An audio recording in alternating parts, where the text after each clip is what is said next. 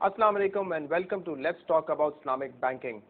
Second episode ہے. آج ہم بات کریں گے Islam versus capitalism, Islam versus socialism, اور اس کے علاوہ ڈسٹریبیوشن آف ویلتھ کے کیا آبجیکٹیوز ہیں. لیکن before we start this new episode, کچھ ڈسکشنز جو ہماری ہوئی تھی پچھلے پروگرام میں اس پر ہم بات کرتے ہیں. کافی سارے ای میلز بھی آئے ہیں, کچھ سوالات لوگوں نے ہم سے پوچھے ہیں. آج بھی پروگرام میں ہمارے ساتھ موجود ہیں ڈاکٹر عمران عثمانی صاحب, head of product development department and شریعہ advisor of Meezan bank. Doctor صاحب السلام علیکم and thank you very much for joining us. وعلیکم السلام. ڈاکٹر صاحب, جو ای میلز کا میں ذکر کر رہا ہوں, تو لاسٹ ٹائم ہم نے ٹریڈ پر بات کی تھی اور آپ نے مثالیں دی تھی کہ ٹریڈ جائز ہے اسلام میں, اس کی جو ہے ایگزامپلس بھی موجود ہیں. بٹ یہ بتائیں کہ ٹریڈ صرف مسلمان ایک دوسرے مسلمان کے ساتھ کر سکتا ہے یا ایک مسلمان نان مسلم کے ساتھ بھی ٹریڈ کر سکتا ہے؟ ٹریڈ یا تجارت جو ہے وہ مسلمان کے ساتھ بھی کر سکتا ہے اور مسلمان کافر کے ساتھ بھی کر سکتا ہے, اور صحابہ کرام اور انبیاء کرام کی بہت ساری اس میں مثالیں موجود ہیں, اس میں کوئی ممانعت نہیں. اچھا, تو یہ بتائیں کہ کافی کنٹریز جو اب آپس میں ٹریڈ کریں, جیسے پاکستان کافی نان مسلم اسٹیٹس سے بھی ٹریڈ کرتا ہے, اسی طرح ہمارے یہاں جو انٹرپرینورز ہیں وہ باہر کے پارٹی سے جب ٹریڈ کرتے ہیں تو ڈفرینٹ پروڈکٹس استعمال ہوتے ہوں گے, وہاں پر شاید کچھ ایسے پروڈکٹس ہوں جو اسلام میں جائز نہ ہوں, تو اس پر کیا کہتا ہے اسلام؟ انفیکٹ اصل میں اس میں انشاءاللہ تفصیل کے ساتھ جو اسلامک بینکنگ کے اندر ٹریڈ فائنانس کیسے ہوتی ہے, جس میں امپورٹ اور ایکسپورٹ کیسے کیا جاتا ہے, اس کو ہم تفصیل کے ساتھ ذکر کریں گے. لیکن بنیادی طور پہ بات یہ ہے کہ جب ہم کوئی چیز پرچیز کرتے ہیں تو پرچیز کانٹریکٹ اٹ سیلف جائز ہے. درحقیقت آپ نے پرچیز کرنا ہوتا ہے, لیکن وہ پرچیز کرنے کے لیے آپ نے جو پیسے کا انتظام کیسے کیا, اس کی فائنانسنگ کیسے کیا, تمویل کیسے کیا, اس کی پیسے کا بندوبست کیسے کیا, تو وہ درحقیقت وہ ایک موضوع ہے کہ جس کے اندر اسلامک بینکنگ کا ایک عنصر آتا ہے کہ پھر آپ سود کی بنیاد پر پیسے نہ حاصل کریں یا قرضہ نہ لیں, بلکہ آپ اسلامک بینکنگ کے ذریعے فائنانسنگ کروائیں. لیکن جہاں تک تعلق ہے کسی چیز کو آپ نے امپورٹ کے ذریعے کر کے آپ نے کسی ایکسپورٹر سے خریدا مال, تو اب آپ چاہے اس کو اسپاٹ پہ خریدیں چاہے ڈیفرڈ پہ خریدیں, یعنی نقد پہ خریدیں چاہے آپ ادھار پہ خریدیں, دونوں صورت شریعت جائز کہتی ہے کہ آپ کسی بھی چیز کو ادھار پہ بھی خرید سکتے ہیں اور نقد پہ بھی خرید سکتے ہیں. تو اس میں کوئی ایسا ایشو نہیں ہے, لیکن ایشو آتا ہے صرف وہاں پر کہ آپ اس کے پیسوں کا انتظام کیسے کرتے ہیں, سرمایہ کا انتظام کیسے کرتے ہیں, وہ انشاءاللہ ہم تفصیل کے ساتھ ذکر کریں. ٹھیک ہے, بالکل. اسلامک اکنامک سسٹم پہ لاسٹ ٹائم ہم نے بات کی تھی. اب اس پروگرام میں تھوڑا ہم اس کو ڈفرینشیٹ کرنے کی کوشش کریں گے with the existing systems of socialism جو کہ کافی سارے ملکوں میں استعمال ہو رہا ہے, اور دوسرا کیپٹلزم. پہلے تو میں چاہوں گا کہ آپ تھوڑا سا یہ بتائیں کہ سوشلزم اور کیپٹلزم کیوں بہتر نہیں ہے as compare to Islamic system. کیا ایسے اس میں ڈس ایڈوانٹیجز ہیں جو کہ ایک اکانومی کو یا ملک کو ہو سکتے ہیں؟ سب سے پہلے تو ہمیں اس کے جو فوائد یا نقصانات سمجھنے سے قبل یہ سمجھنا ضروری ہے کہ بنیادی طور پہ کیپٹلزم, سوشلزم اور اسلام کی تعلیمات ان کے درمیان کیا فرق ہے. تو یہ بنیادی طور پہ جب ہم یہ چیز سمجھیں گے تو اس کے بعد پھر یہ چیز سمجھ پائیں گے کہ اس کے فوائد یا نقصانات کیا ہیں. سب سے پہلی بات یہ کہ جیسے میں نے آپ سے پہلے بھی ذکر کیا تھا کہ پہلا جو ڈفرینشیٹنگ ایلیمنٹ ہے وہ یا میٹر آف ڈفرینس ہے, وہ یہ ہے کہ اونرشپ کا کانسیپٹ. وہ یہ ہے کہ اسلام یہ کہتا ہے کہ بنیادی طور پہ آپ جو ہے اللہ تعالیٰ نے آپ کو مال و دولت عطا فرمائی ہے, آپ اپنی موت تک یا اپنے خاص مدت تک اس کے مالک ہیں, اس کے بعد آپ کے ورثاء وغیرہ حقدار ہوں گے. لہذا آپ کو جو مال دیا گیا ایک طریقے سے ایسے امانت کے طور پہ دیا گیا کہ جس میں آپ کو اس کا استعمال کرنے کا طریقہ بھی بتلایا گیا اور اس کو حاصل کرنے کا طریقہ بھی بتلایا گیا. برخلاف کیپٹلزم کے کیپٹلزم والے کہتے ہیں کہ تم ہی اس کے الٹیمیٹ یا انسان ہی اس کا الٹیمیٹ اونر ہے, یا مستقل اونر یا ابتدا تا انتہا اونر درحقیقت انسان ہی ہے. تو لہٰذا اس کو جیسے چاہے حاصل کرے اور جیسے چاہے اس کو خرچ کرے اور جہاں چاہے اس کو لگائے, اس میں وہ مکمل طور پہ آزاد ہے. اور تیسری چیز ہے سوشلزم والے, وہ یہ کہتے ہیں کہ درحقیقت جتنی بھی مال ہے وہ یہ اسٹیٹ کی ملکیت ہے, لہٰذا اس کو لوگوں کی ملکیت کو جو پرائیویٹ اونرشپ ہے یا پرائیویٹ جو انسان کی پراپرٹی ہے اس کو تسلیم نہیں کرتے, وہ اسی کو نیشنلائز کر لیتے ہیں اور ریاست کے اس کی مملوک بنا لیتے ہیں, اور وہ کہتے ہیں بھائی ریاست اس کا مالک ہے, لہٰذا ریاست کو ہی حق حاصل ہے کہ وہ ڈٹرمنیشن آف پرائرٹیز کرے اور ایلوکیشن آف ریسورسز کرے اور ڈیولپمنٹ کرے اپنے حسب مسالے اور اپنے مسالے کے حساب سے. ایک تو پہلی بات یہ ہوگی. دوسری بات یہ کہ آپ نے یہ سنا ہوگا کہ ڈسٹریبیوشن آف ویلتھ کے اندر جو فرسٹ ڈیزرونگ لوگ ہیں وہ درحقیقت سیکٹرز آف پروڈکشن ہیں, اور اسلام کے نزدیک سیکنڈری جو ایلیمنٹ ہے وہ درحقیقت پورز ہیں یا دوسرے لوگ ہیں جو ڈیزروز ہیں. لیکن جو کیپٹلزم والے کہتے ہیں وہ کہتے ہیں در حقیقت بنیادی طور پہ جو ہے وہ دولت کا مستحق یہ فیکٹرز آف پروڈکشن ہے، وہ دیں کہ نہ دیں وہ ان کی مرضی ہے. ٹھیک ہے. تو اسلام یہ کہتا ہے نہیں فیکٹرز آف پروڈکشن بھی ہیں، اس کے ساتھ ساتھ دوسرے لوگ بھی ہیں. پھر ایک اور فرق یہ ہے کہ فیکٹرز آف پروڈکشن کیا ہیں. یہ کیپٹلزم والوں کے نزدیک بنیادی طور پہ 4 فیکٹرز آف پروڈکشن جو کہ ہم سب جانتے ہیں، لینڈ، کیپٹل ہے، لینڈ ہے، پھر انٹرپرینور ہے اور لیبر ہے. صحیح، 4 چیزیں ہیں.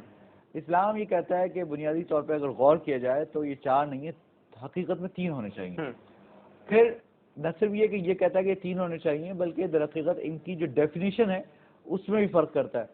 اور کیپٹلزم والے یہ کہتے ہیں کہ فیکٹرز آف پروڈکشن کو جو کمپنسیشن ملنی ہے تو اسلام یہ کہتا ہے وہ کمپنسیشن در حقیقت ان کو ان کی فیکٹر آف پروڈکشن کی کمپنسیشن ان کی فیکٹر آف پروڈکشن کی کمپنسیشن سے الگ ہے. تو خلاصہ یہ ہے کہ یہاں جو فیکٹر آف پروڈکشن کا جو اصول ہے کمپلیٹلی ڈفرینٹ ہے. اگر مجھے اجازت دیں تو میں تھوڑا سا آپ کو مزید میں اس پہ آؤں. اس کے بعد ایک دو بیچ میں آپ سے سوال کرنا چاہ رہا ہوں. میں socialism, Russia was a prime example of socialism. China میں ابھی دیکھی جا رہی ہے آہستہ آہستہ وہ لوگ جو ہے پرائیویٹ اونرشپ کی طرف آ رہے ہیں. تو ان دا لائٹ آف اسلام یہ چیزیں الاؤ نہیں ہے کسی بھی گورنمنٹ کو کہ وہ سوشلسٹ سوسائٹی رکھے. یعنی دوبارہ مطلب چائنا میں اگر سوشلزم کا کانسیپٹ استعمال ہو رہا ہے یا رشیا میں پہلے ہو رہا تھا تو ان دا لائٹ آف اسلام یہ اجازت نہیں ہے. بالکل صحیح بات ہے، کیونکہ اسلام جو ہے نا وہ پرائیویٹ اونرشپ کو تسلیم کرتا ہے، ریکگنائز کرتا ہے کہ آپ کوئی بھی انسان کسی چیز کا ذاتی طور پہ مالک بن سکتا ہے. جبکہ سوشلزم کے اندر یا کمیونزم کے اندر بنیادی طور پہ اسٹیٹ کو اونرشپ دی گئی ہے. ٹھیک ہے. تو بنیادی چیز یہ آپ یہ ان کا ایک نعرہ ہے کہ تمام کے تمام لوگ مکمل طور پہ ایکول ہونے چاہیے. حالانکہ اسلام کو جو فطری نظام ہے اس کے حساب سے خلاف. قرآن پاک میں اللہ تعالیٰ نے فرمایا کہ اللہ تعالیٰ نے تم میں سے بعض لوگوں کو، قرآن پاک کی آیت ہے کہ ہم نے تم میں سے بعض لوگوں کو بعض کے اوپر نحن فضلنا بعضکم علی بعض فی الرزق، تم میں سے بعض کو بعض کے اوپر رزق کے اندر فضیلت دی. ٹھیک ہے. اور ایک اور دوسری آیت میں اللہ تعالیٰ نے فرمایا نحن قسمنا بینہم معیشتہم فی الحیاۃ الدنیا، کہ ہم نے تم لوگوں میں دنیاوی زندگی کے اندر تقسیم کر دی معیشت. وفضل اللہ بعضکم فوق بعض، کسی کو امیر بنایا کسی کو غریب بنایا. یہ نہیں ہے کہ سب لوگ جو ہے وہ ایکول ہو. اور پھر آگے اس کی وجہ بھی بیان فرمائی قرآن پاک میں، اس کی وجہ بھی بیان فرمائی کہ لیتخذ بعضهم بعضا سخریا، کہ وجہ اس کی ہے کہ مینجمنٹ کے اصول کے مطابق ایک آدمی کو باس ہونا پڑتا ہے اور ایک آدمی کو اس کا ماتحت ہونا پڑتا ہے. کیونکہ اگر آپ سب کے ساتھ برابر ہو جائیں گے تو کوئی کسی سے کام نہیں لے پائے گا. تو قرآن پاک میں فرمایا تاکہ تم ایک دوسرے سے کام لے سکو، اس لیے تم میں سے بعض کو بعض کے اوپر اور بعض کو نیچے رکھا. جبکہ سوشلزم کا ایک یہ بھی ایڈوانٹیج کہتے ہیں کہ ڈسٹریبیوشن آف انکم جو ہے وہ زیادہ ایکول ہوتی ہے as compare to the capitalist society. But جو پوائنٹ آپ ریز کر رہے ہیں وہ یہ کہ یہ تو خدا نے پہلے ہی کہا ہے کہ کسی کا نصیب بڑا ہے کسی کا نصیب کوئی زیادہ مالدار ہے کوئی کم مالدار ہے. کسی کے اندر اللہ تعالیٰ نے دولت کا عنصر زیادہ رکھا ہوتا ہے، کسی کا علم زیادہ کے لحاظ سے کسی کو زیادہ قابلیت دی ہوئی ہوتی ہے، کسی کے اندر اسکل زیادہ ہوتی ہے. ہر ایک کو الگ الگ صلاحیتوں سے نوازا ہے، الگ الگ چیزوں سے نوازا ہے. تو یہ درحقیقت اللہ تعالیٰ کی تقسیم ہے. اور اسلامک سوسائٹی میں آپ اس اسلامک کانسیپٹ کے ذریعے بے شک الگ الگ چیزوں سے نوازا ہے لیکن اس کو کچھ حد تک آپ ایکولائز کر سکتے ہیں اگر آپ پراپرلی. البتہ اس کو ناپسند کیا گیا کہ ساری دولت چند ہاتھوں میں مرتکز نہ ہو، یعنی کہ concentration of wealth in few hands, کہ ساری دولت چند ہاتھوں میں، چند خاندان 15 خاندان 20 خاندان پوری دولت پر قابض ہو کر بیٹھ جائیں. یہ اسلام میں پسند. اور یہی وجہ ہے کہ اگر آپ دیکھیں کہ جو بہت ساری ٹرانزیکشنز ہیں جن کو ناجائز قرار دیا، مثلا شارٹ سیل ہے یا اسپیکولیٹو ٹرانزیکشنز ہیں یا بیع قبل القبض ہے یا بیع ما لا یملک جس کو کہا جاتا ہے، یہ سب چیزیں جو ہے اسلام میں کیوں ناجائز ہیں؟ اس کی وجہ یہ ہے کہ درحقیقت یہ سب چیزیں ضرورت بنتی ہے، یہ سبب بنتی ہیں concentration of wealth in few hands کا. صحیح. کہ دولت جو ہے چند ہاتھوں میں مرتکز ہو جاتی ہے. ٹھیک ہے. ایک بریک لیتے ہیں ڈاکٹر صاحب، اس کے بعد ہم مزید بات کریں گے. ڈاکٹر عمران عثمانی صاحب ہمارے ساتھ شو پر موجود رہیں گے. ایک چھوٹا سا بریک لیتے ہیں، اس کے بعد آپ کے سامنے حاضر ہوں گے. جی ڈاکٹر صاحب، تو ایک اور سوال سوشلزم کے حوالے سے میں پوچھنا چاہوں گا. 1970s میں بھی ایک یہ بہت بڑا ایشو تھا کہ چند فیملیز تھی پاکستان میں جن کے پاس ویلتھ کافی زیادہ تھی، باقی سب جو ہے ادھر مڈل کلاس سے تھے یا پھر لوور کلاس سے تھے. تو اس وقت بھی حکومت نے فیصلہ کیا تھا کہ نیشنلائز کر دو ایسٹس کو، جو پرائیویٹ ایسٹس تھے ان سے لے لیا گیا، ان کو نیشنلائز کر دیا گیا. تو یہ آپ بیسکلی کہہ رہے ہیں یہ غلط کانسیپٹ ہے. ان دا لائٹ آف اسلام یہ نہیں ہونا چاہیے تھا. اس کو پرائیویٹ پراپرٹی رکھتے ہوئے ہی ڈسٹریبیوشن کو بہتر کرنا چاہیے تھا. جو اسلام کے طریقے ہیں اگر اس کو حساب سے صحیح طرح ان پہ عمل کیا جائے تو آہستہ آہستہ جو ڈسٹریبیوشن وہ فیئر بیسس پہ شروع ہو جائے جاتی گی، ہے، تو وہ خود بخود اس کا ذریعہ ایسا بنے گا کہ وہ فیئر ڈسٹریبیوشن شروع ہو جائے گی. لیکن یہ غلط طریقہ ہے کہ آپ لوگوں کی جو اونرشپ ہے اس کو چھین کر ان کو غصب کر لیں اموال کو، تو اس کے اختیار تو نہیں ہے. ٹھیک ہے. آپ فیکٹرز آف پروڈکشن کی بات کر رہے تھے بریک میں جانے سے پہلے. ڈفرینس ہے اسلام میں فیکٹرز آف پروڈکشن اور کیپٹلسٹ سوسائٹی میں؟ سب سے پہلی بات تو یہ ہے کہ دیکھیے جو ہم لوگوں نے جو فیکٹرز آف پروڈکشن پڑھے ہیں وہ درحقیقت یہ 4 ہیں: کیپٹل، لینڈ اور انٹرپرینور اور لیبر. جی. کیپٹل کی جو تعریف جو کی جاتی ہے وہ یہ ہے کہ جو یعنی کہ اسلام کے اندر جو ہے وہ، ویسے تو دنیا کے اندر تو ہم جو یا کنونشنل بینکنگ کے اندر یا اکنامکس کے اندر جو تعریف پڑھتے ہیں وہ یہ ہے کہ یہ جو نان نیچرل ریسورسز ہوتے ہیں، یعنی آرٹیفیشل انسانوں کے بنائی ہوئی جو ریسورسز ہوتے ہیں درحقیقت یہ کیپٹل ہوتا ہے. جیسے کہ روپیہ ہے یا کرنسی نوٹ ہے، یہ سارا کیپٹل ہے. اور جو نیچرل ریسورسز ہوتے ہیں وہ لینڈ کی تعریف میں آتے ہیں، جیسے درخت ہو گئے یا زمین ہو گئی، یہ سب چیزیں لینڈ کی تعریف میں آ جاتی ہے. اسلام یہ کہتا ہے کہ جن چیزوں پہ آپ کے کو یہ کہا گیا کہ ان کے اگینسٹ پیسے کمانے کو سود قرار دیا گیا یا ربا قرار دیا گیا ہے، تو وہ سب چیزیں کیپٹل میں داخل ہیں. چنانچہ کیپٹل کی اگر ہم اس طرح تعریف دیکھیں تو یہ بنتی ہے کہ وہ تمام کے تمام آئٹم جو استعمال کرنے سے کنزیوم ہو جاتے ہیں، یا یوں کہیے کنزیومبل آئٹم جتنے بھی ہیں وہ سب کیپٹل کی تعریف میں آتے ہیں. لہذا صرف روپیہ نہیں ہے بلکہ روپے کے علاوہ سونا، چاندی، بلکہ کھانے کے اجناس، غذائی اجناس ہوتے ہیں. جی، یہ ساری چیزیں جو ہیں مثال کے طور پہ گندم ہے یا چاول ہے یا لوہا ہے، جو چیزیں جو ہے وہ استعمال ہوتے ہوئے ختم ہو جاتی ہیں، یہ سب چیزیں ان کا یہ حکم ہے. تو اب اس کا یہ مثال کے طور پہ آپ نے حکم یہ ہے کہ اگر آپ نے کیپٹلزم کے تحت اگر آپ نے کسی کو قرضہ دیا تو اس کے اوپر انٹرسٹ ملتا ہے، کمپنسیشن اس کا جو ہے یا اس کا معاوضہ جو ہے وہ سود ہے.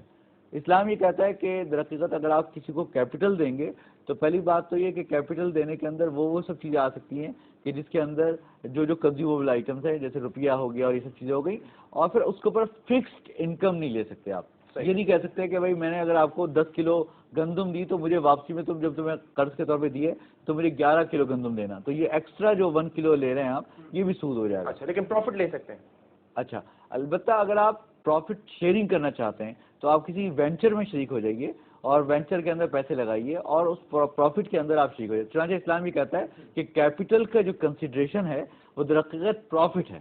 کہ آپ کو اگر پروفٹ ہو گیا وینچر کے اندر تو پروفٹ لے لیجیے، یا آپ یہ بھی کر سکتے ہیں کہ کیپٹل کسی کو دیں اور اس کو کہیں کہ بھائی تم میرے بہاف پر کام کرو، تو تم میرے behalf per as my agent کام کرو، میرے وکیل کے طور پہ کام کرو، پھر اس کی آپ اس کو اجرت دے دیں. اجرت بھی دے سکتے ہیں آپ کو اور دوسرے پروفٹ بھی لے سیکتے ہیں آپ. ٹھیک ہے، لیکن پھر بھی تھوڑی سی مجھے کنفیوژن ہے اور آئی ایم شیور کہ ویورس کو بھی بہتر طریقے سے ایکسپلین ہو جائے گا کہ اگر ویٹ کی ہم بات کرتے ہیں کیپٹلسٹ سوسائٹی میں ہم یہ کہتے ہیں کہ یہ لینڈ ہے بیکاز وہ نیچرل ریسورس ہے. ٹھیک ہے، اسلامک سوسائٹی میں ہم کہتے ہیں کہ یہ جو ہے کیپٹل ہے. اس سے فرق کیا پڑتا ہے؟ فیکٹر آف پروڈکشن تو رہا نا وہ. پھر جی، فیکٹر آف پروڈکشن رہا. اس کا فرق بنیادی طور پر یہ پڑا کہ اگر ہم یہ کہتے ہیں کہ سود ناجائز ہے تو سود کی تعریف اگر ہم کیپٹل کے تحت یہ کرتے ہیں کہ درحقیقت صرف وہی چیزیں کہ جو کہ روپیے کے اندر تعریف میں آتی ہیں، تو اس صورت کے اندر یہ سود صرف لمیٹڈ ہو جائے گا روپے کے ساتھ.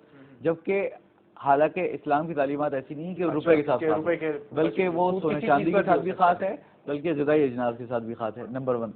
نمبر 2 یہ بات ہو گئی. دوسری بات یہ ہے کہ آپ جن چیزوں کے تحت لینڈ کے اندر رینٹل لے سکتے ہیں تو آپ ان چیزوں کے یہاں پر آپ یہ نہیں کہہ سکتے کہ بھائی میں نے تم کو جو ہے یہ چونکہ یہ جو گندم ہے یہ نیچرل چیز ہے لہٰذا تم مجھے چلو سود نہیں دیتے تو مجھے اس کا رینٹل دے دو.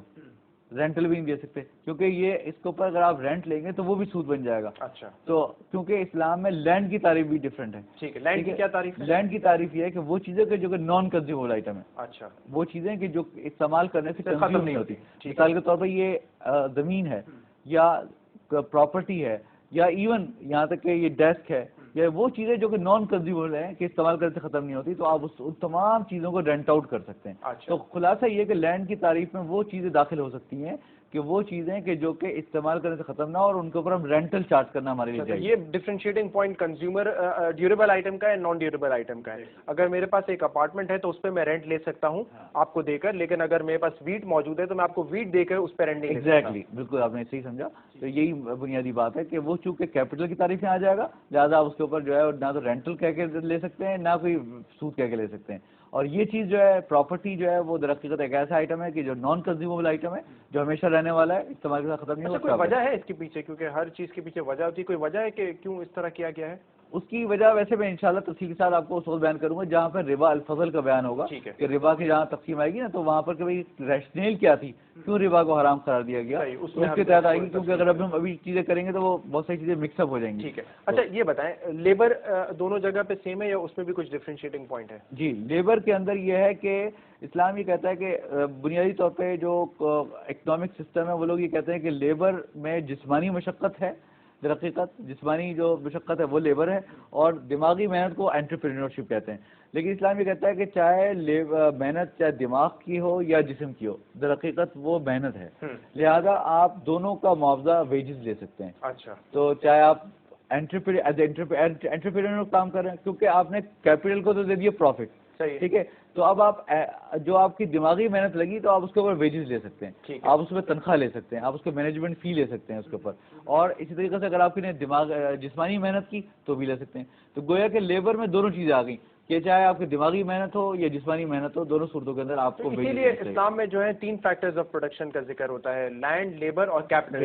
ویسے اگر دیکھا جائے تو ہم یہ چیزیں اس طرح جس طرح میں بیان کر رہا ہوں یہ قرآن پاک حدیث کی روح سے نہیں، لیکن جو ہم پڑھیں تو اس سے یہ چیز ڈرائیو ہوگی. جو چیز استنباط ہوتی ہے وہ یہ کہ دیکھیے کیپٹل کے اندر یہ چیزیں در حقیقت بنا کر دی گئی ہیں اور ان کے اوپر کنسیڈریشن کو بنا کر دیا گیا ہے. لینڈ کی تعریف میں یہ چیزیں آئی ہیں اور ان کے اوپر کنسیڈریشن کو جائز قرار دیا گیا ہے. اور لیبر سے مراد یہ ہے اور لیبر کے اندر یہ ہے. تو اس طریقے سے ہم اس کو اچھا، کیونکہ ہمارے یہاں کیپٹلسٹ سوسائٹی ہے تو ہم کافی چیزیں روزمرہ زندگی میں دیکھتے رہتے ہیں، ٹی وی چینلز پر سنتے ہیں. وہ کچھ اس کے بہت بڑے ڈس ایڈوانٹیجز ہیں، آپ بھی ہمیں بتائیں.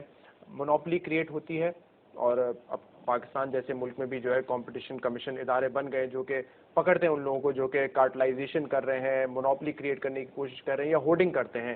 تو یہ چیزیں بھی جو ہے ممنوع ہے اسلام میں. یہ تو بنیادی تعلیمات میں سے اسلام کے احتکار اس کو کہتے ہیں کہ ذخیرہ اندوزی جس کو کہتے ہیں، عربی میں اس کو احتکار کہا جاتا ہے. احادیث کے اندر احتکار کہا گیا ہے کہ اس شخص کو لعنت کی گئی ہے جو کہ ہولڈنگ کرتا ہے در حقیقت. اور یہ در حقیقت تمام اموال کو ہولڈ کرنا اور اس کو جمع کرنا، ذخیرہ اندوزی کرنا، اور خاص طور پر وہ چیزیں کہ جو انسان کے غذائی اجناس ہوں ان کی ہولڈنگ کرنا، اس کی تو شریعت کے اندر بڑی سخت ممانعت آئی ہے. تو لیکن کیپٹلسٹ سوسائٹی سے یہ چیزیں پیدا ہو سکتی ہیں. ایگزیکٹلی. اچھا، کارٹلائزیشن کا کیا کانسیپٹ ہے اسلام میں؟ 5 اگر مینوفیکچررز ہیں وہ مل کے پرائسز بڑھا دیتے ہیں، فیصلہ کرتے ہیں کہ کل سے ہم ان چیزوں کو اس قیمت پہ بھیجیں گے، اس کو بھی منع کیا گیا ہے. اس کی بھی منع کیا گیا. یہ حدیث میں کہا گیا کہ بہت ساری اس کی مثالیں ہیں. لوگوں کو کہا گیا کہ تم تاجروں کو آزاد چھوڑو، یعنی یہ نہ کرو کہ چنانچہ اس کی مثال ہے کہ بعض اوقات لوگ یہ کرتے تھے کہ جیسے کہ لوگ جو غلہ آ رہا ہے وہ دیہات سے آ رہا ہے تو لوگ کیا کرتے تھے، باہر جا کے بیٹھ جاتے تھے، وہاں سے ان کو سامان خرید کر یعنی کہ لیا، اور یہاں پر ان کو بتاتے نہیں تھے کہ مارکیٹ میں یہاں کی پرائس کیا ہے، تو ان کو وہاں سے سامان لیا اور لا کر جو ہے یہاں بھیج دیا. تو حدیث میں اس کی سخت ممانعت آئی ہے. حضور نے فرمایا کہ تم اس طرح نہ کرو، لوگوں کو چھوڑو، آزاد چھوڑو کہ وہ یہاں آئے، یہاں آ کے خود ہی وہ مارکیٹ کے اپنی پرائسنگ کی نیگوشیٹ کریں، تاکہ ایسا یہ نہ ہو کہ وہ ایک آرٹیفیشل پرائسنگ ہو جائے. تو اس طرح کی چیزیں در حقیقت اسلام کی تعلیمات کا حصہ ہیں. یہ بتائیں کہ کسی بھی سوسائٹی کو کیا اسلامک اکنامک سسٹم کے ذریعے زیادہ اسٹیبل بنایا جا سکتا ہے اور ایک لیول پلینگ فیلڈ بنایا جا سکتا ہے؟ اگر جو ہے وہ اگر یہ ربا اور میسر اور قمار اور اس طرح کی جو غرر یا عقود باطلہ جو ہیں جس کے اندر بہت ساری چیزیں ایسی ہیں کہ جس کو منع کیا گیا ہے، ان کو اگر وہ کیا جائے اور جن چیزوں کی ہمت افزائی کی گئی ہے کہ اگر ان کو اپنایا جائے تو اس صورت کے اندر یہ سچی بات یہ ہے کہ بہت زیادہ اکانومی کے لیے فائدہ مند ہے. کہ جو ہم دیکھتے ہیں کہ انفلیشن ہوتی ہے، انفلیشن کیا ہوتی ہے کہ در حقیقت جو اشیاء ہیں، گڈس جو ہیں وہ کم ہو جاتی ہیں اور روپیہ بڑھ جاتا ہے، افراط زر ہو جاتا ہے در حقیقت. تو کیا کہتے ہیں too many dollar chases too few very few goods, یہ در حقیقت کانسیپٹ ہے. تو اس میں جو ہے وہ اسلام یہ کہتا ہے کہ اگر آپ بنیادی طور پہ جو بھی آپ کام کریں گے، اگر اسلامی بینکنگ بھی کرتے ہیں تو وہ ہمیشہ ایسٹ بیکڈ ہوتی ہے یا ایسٹ بیسڈ ہوتی ہے. تو آپ نے کبھی ایسے قرضے نہیں لے سکتے کہ جو کہ اللہ تللے پر یا عیش و عشرت کے اوپر یا اوور ہیڈس کے اوپر خرچ کریں، بلکہ وہ ہمیشہ کوئی چیز یا تو کوئی وینچر کے ساتھ لگی ہوئی ہوگی، یا تو آپ نے کوئی جوائنٹ وینچر کرنا ہوگا یا وینچر کیپٹل کرنا ہوگا, یا ایون اگر آپ نے کوئی چیز خریدنی ہے تو آپ نے وہ چیز ایک قیمت ہوگی, آپ نے یہ چیز خریدنی ہے, اس کو بیچ دی, یا آپ نے کسی کو کرایہ پہ دینا ہوگا. لیکن اس کے علاوہ ایسا نہیں ہو سکتا کہ آپ نے ہاتھ میں پیسے سما دیے, لو یہ 1 ارب روپے لے لو اور اسے جو مرضی کرو. اور اسلامی ملکوں میں جو اسلامی بانڈ ہوتا ہے, جس کو اسلامی بانڈز کہتے ہیں, سکوک جو کہتے ہیں, اس میں سب سے بڑی رکاوٹ ہی ہے کہ ایسے ممالک کے اندر سکوک جاری کرنا انتہائی مشکل ہوتا ہے جن کے پاس کوئی وینچر ہی نہیں ہوتے یا جن کے پاس کوئی ایسٹ ہی نہیں ہوتے, کیونکہ اسلامی بینکنگ 100% ایسٹ بیسڈ ہے. ورنہ جو نان اسلامی بینکنگ ہوتی ہے آپ تو پیسے پہ پیسہ بنانا جو ہے وہ منع ہے کیا. ایگزیکٹلی. ٹھیک ہے, کچھ اور کانسیپٹس بھی جو ہے ہم اس کے ڈسکس کریں گے. وقت ہوا ایک بریک کا. ڈاکٹر عمران عثمانی صاحب ہمارے ساتھ شو پہ موجود رہیں گے. ایک اور چھوٹے سے بریک لیتے ہیں, اس کے بعد آپ کے سامنے حاضر ہوں گے. Let's talk about Islamic banking.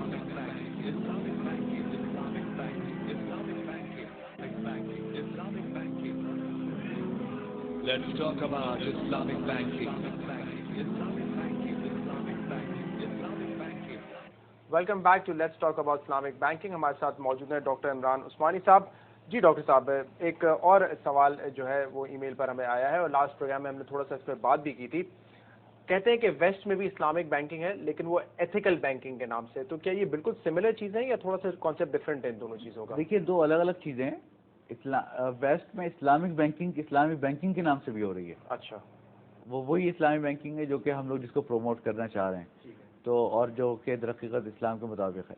تو ایتھیکل بینکنگ ایک تیسری قسم کی چیز ہے کہ وہ در حقیقت وہ وہاں کے بہت سارے انویسٹرز یہ چاہتے ہیں کہ در حقیقت انوائرمنٹل کوئی پرابلمس کو اوائڈ کرنے کے لیے یا اور ہیومینٹی کو کی بہتری کے لیے یا ویلفیئر کے لیے کچھ انویسٹمنٹ کی جائیں, کہ تاکہ ایسے کاموں سے اپنے پیسوں کو ایسے کاموں میں لگنے سے بچایا جائے جو کسی قسم کا انسانیت کے لیے نقصان دہ ہو سکتے ہیں. تو انہوں نے ڈفرینٹ کرائٹیریا بنائے ہوئے ہیں, اس کو وہ ایتھیکل انویسٹمنٹ کہتے ہیں. لیکن اسلامی یہ ویسٹرن کنٹریز کے اندر اسلامی بینکنگ بھی ہوتی ہے.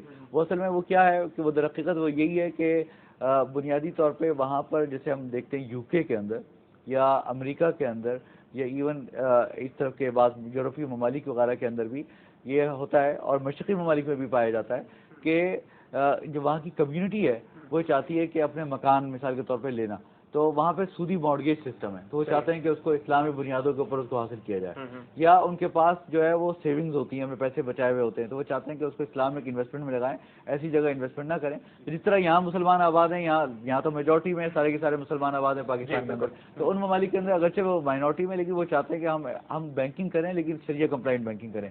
تو ان سے انہوں نے اپنے بینکوں سے کہا کہ بھائی آپ ہمارے لیے یہ آپشن کریں, یہ دوسرے ممالک کے میں ہو رہا ہے. تو انہوں نے پھر اس کو ایکسپلور کیا, اسٹڈی کیا, اور پھر انہوں نے بھی اس کو شروع کر دیا. دوسری بات یہ کہ آپ نے یہ بھی دیکھا ہوگا کہ مڈل ایسٹ کے اندر بہت تیزی کے ساتھ اسلامی بینکنگ کے اندر جو ہے وہ ٹرینڈ چل پڑا ہے. تو انویسٹر جو ہے وہ چاہتے ہیں کہ اب ہم پیسے انویسٹ کریں, چاہے وہ سوئٹزرلینڈ میں انویسٹ کریں, چاہے UK میں کریں, چاہے US میں کریں, لیکن ہم شریعہ کمپلائنٹ وے میں کریں. تو انویسٹرز کی طرف سے خاص طور پہ جو مڈل ایسٹ کے انویسٹرز تھے ان کی طرف سے بھی یہ ڈیمانڈ آئی کہ بھائی ہمارے یہاں آپ اسلامی بینکنگ شروع کریں. تو اس وجہ سے اسلامی بینکنگ ویسٹرن کنٹریز کے اندر بھی کچھ حد تک سملیرٹی ہے کیپٹلزم میں اور اسلامک اکنامک سوسائٹی میں, جیسے دونوں میں ہی مارکیٹ فورسز اور ڈیمانڈ اینڈ سپلائی پہ آپ جو ہے بیس کر سکتے ہیں اپنے decisions. Right of property, private property بھی ہے کیپٹلزم میں اور Islamic banking Islamic economic system میں, اور میگزیمائزیشن آف پروفٹس کی بھی اجازت دی گئی ہے. لیکن ساتھ میں یہ بھی کہتے ہیں کہ ناٹ ایبسلوٹ اور انکنڈیشنل جو ہے میگزیمائزیشن آف پروفٹس نہیں کر سکتے, آپ رائٹ آف پراپرٹی نہیں ہے آپ کے پاس. اس سے کیا مراد ہے؟ اس کا مطلب یہ ہے بنیادی طور پہ کہ آپ ڈیمانڈ اینڈ سپلائی کو آپ کھلا نہ چھوڑ دیں. جو کانسیپٹ ہے لیسے فیئر کا, کہ آپ بنیادی طور پہ جس چیز کی ڈیمانڈ ہے اس کو سپلائی کریں, بلکہ آپ نے ود ان سرٹن لمٹ آپ نے کام کرنا ہوگا. یہ بنیادی, یہ ایبسلوٹ اور آپ جو ہے اس کو کھلا نہ چھوڑیں, بلکہ ود ان سرٹن لمٹ اور کنڈیشنز آپ نے کام کرنا ہوگا. اور کنڈیشنز کیا ہیں؟ وہ شریعت کی کنڈیشن ہے. یہ ایک بیسک سوال بھی آتا ہے ہمیشہ کہ یہ میگزیمائزیشن آف پروفٹ, کچھ لوگ کہتے ہیں کہ یہ نہیں کر سکتے آپ میکسیمم. نہیں, یہ غلط ہے. یہ لوگ بلکہ ہم سے بھی سوال کئی مرتبہ کرتے ہیں کہ کیا شریعت میں نفع کمانے کی کوئی حد مقرر ہے. یہ بالکل غلط بات ہے. اسلام کے اندر اس بات کی کھلی اجازت ہے کہ میں آپ سے مثال کے طور پر یہ کمپیوٹر اگر بالفرض آپ کا ہے اور آپ جو ہے وہ اگر چاہیں تو یہ کمپیوٹر مجھے 1 لاکھ کا بھی بیچ سکتے ہیں, اور اگر یہ چاہیں تو مجھے 10 کروڑ کو بھی بیچ سکتے ہیں, بشرط ہے کہ میں عاقل ہوں, بالغ ہوں, سمجھدار ہوں اور آپ مجھے ڈسپشن نہ کر رہے ہوں. یہ نہ کہہ رہے ہوں کہ دیکھو مارکیٹ کے اندر جو ہے یہ پرائز اس کی جو ہے وہ اتنے کی ہے, لیکن اگر آپ جھوٹ بول رہے ہیں, آپ یہ کہہ رہے ہیں مثال کے طور پہ کہ یہ پرائز جو ہے نا وہ در حقیقت اتنے کی ہے لیکن حقیقت میں وہ اتنے کی نہیں تھی, تو غلط ہو جائے گا. لیکن اگر جب ایک مارکیٹ پرائس کے اندر بات چیت ہو رہی ہو تو کوئی آدمی کتنا نفع لینا چاہے اور دوسرا آدمی اس پہ راضی ہو تو وہ جائز ہے. یہ بائر کو بیسکلی دیکھنا ہے کہ اس کو کہاں سے سستی چیز مل سکتی ہے, اور یہ بھی ایک سنت ہے کہ آپ پتہ کریں کہ کہاں سے آپ کو سستی چیز مل رہی ہے, آپ وہاں سے خریدیں. بالکل, آپ جو ہے نا یعنی مقصد یہ کہ ہمیں جو کہا گیا وہ شریعت میں کہا گیا کہ وہ لوگ جو کہ ایک فقہ کے اصول ہے, وہ اصول یہ ہے کہ وہ آدمی جو کہ نان ریسٹرکٹیڈ نہ ہو, یعنی جس کو محجور کہتے ہیں.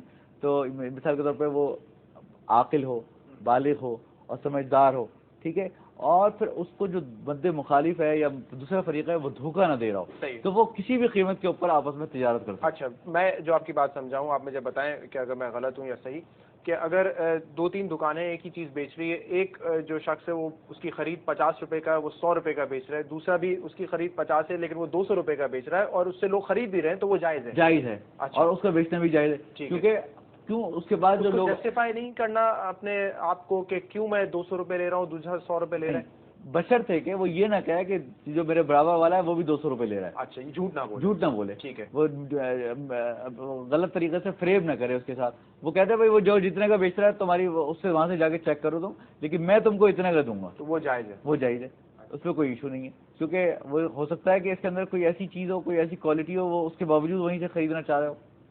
ٹھیک ہے, ڈسٹریبیوشن آف ویلتھ پر ہم نے بات کی تھی کہ اسلام میں یہ کافی ضروری ہے. آبجیکٹیوز کیا کیا ہیں اس کے, اور کیا کیا فوائد آتے ہیں سوسائٹی کو؟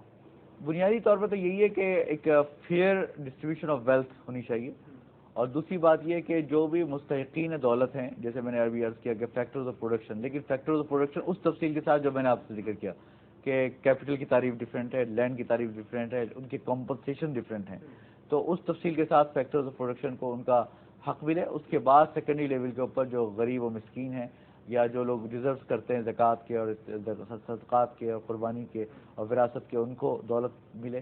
اس کے بعد تیسری بات یہ ہے کہ جو دولت ہے وہ چند ہاتھوں میں مرتکز نہ ہو اور اس کو جو ہے وہ پھیلنے پھولنے کا موقع ملے. ٹھیک ہے, پچھلے پروگرام میں ہم نے تھوڑا سا بات بھی کیا تھا ربا اور انٹرسٹ پر, لیکن میں آپ سے پھر ایک دفعہ خالی اس کا ڈفرینس جاننا چاہوں گا تاکہ ایک کنٹینیوٹی رہے, کیونکہ اگلے پروگرام میں تفصیلاً ہم بات کریں گے ربا پر, اور بھی کافی ساری چیزیں اس میں ڈسکس ہوں گی. تو کیا اس میں بنیادی فرق کیا ہے؟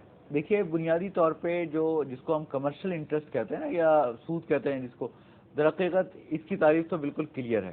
وہ یہ ہے کہ آپ کسی بھی قرضے کے اوپر کوئی جو نفع چارج کریں وہ نفع سود ہے. مثال کے طور پہ میں ایک آدمی کو 1 لاکھ روپے قرضہ دوں اور اسے کہوں کہ بھائی اس کے اوپر مجھے 10,000 یا 5,000 روپے نفع دینا. صحیح ہے. تو جو over and above the principal amount of loan ہوتا ہے تو وہ در حقیقت وہ سود ہے. یہ ڈفرینٹ تعریف ہے, جو بالکل کلیئر تعریف ہے, اور یہ حدیث میں ثابت ہے. یہ انٹرسٹ ہے. کل قرض جرا نفعا فہو ربا, کہ کوئی بھی قرضہ چاہے وہ کسی بھی نام سے ہو, ٹھیک ہے, اس کے اوپر کسی قسم کا بھی نفع لیا جائے تو وہ سب ربا ہے. تو یہ در حقیقت ایک ربا ہے. لیکن اس کے علاوہ دوسری کائنڈز آف ربا بھی ہیں جس کو ہم انشاءاللہ نیکسٹ پروگرام میں ڈسکس کریں گے. بہت بہت شکریہ ڈاکٹر عمران عثمانی صاحب, آپ شو میں تشریف لائیں. انشاءاللہ آپ کو پھر ہم دعوت دیں گے تاکہ مزید آپ سے چیزیں سمجھ سکیں اسلامک اکنامک سوسائٹی اور اسلامک بینکنگ کے حوالے سے. بہت بہت شکریہ شو میں تشریف لانے کا. ہم بات کر رہے تھے ڈاکٹر عمران عثمانی صاحب سے, head of product development department and شریعہ advisor of Meezan bank. P H D and M phil کی ڈگریز ہیں ان کے پاس اسلامک فائنینس میں. لاسٹ ٹائم بھی ہمارے ساتھ شو میں موجود تھے. آج بھی ہم نے ان سے کافی زیادہ بات کی about Islam versus socialism and capitalism, objectives کیا ہیں ڈسٹریبیوشن آف ویلتھ کے. اگلے پروگرام میں ہم ربا کے ٹاپک کے ساتھ آپ کے سامنے حاضر ہوں گے. ربا پہ ایک ڈیٹیل ڈسکشن کریں گے. اگر آپ بھی ہم سے کوئی سوال کرنا چاہتے ہیں تو ہمیں ای میل کیجیے islamic.banking@businessplus.tv پر. اگلے ہفتے تک کے لیے شو سے اجازت دیجیے. اللہ حافظ.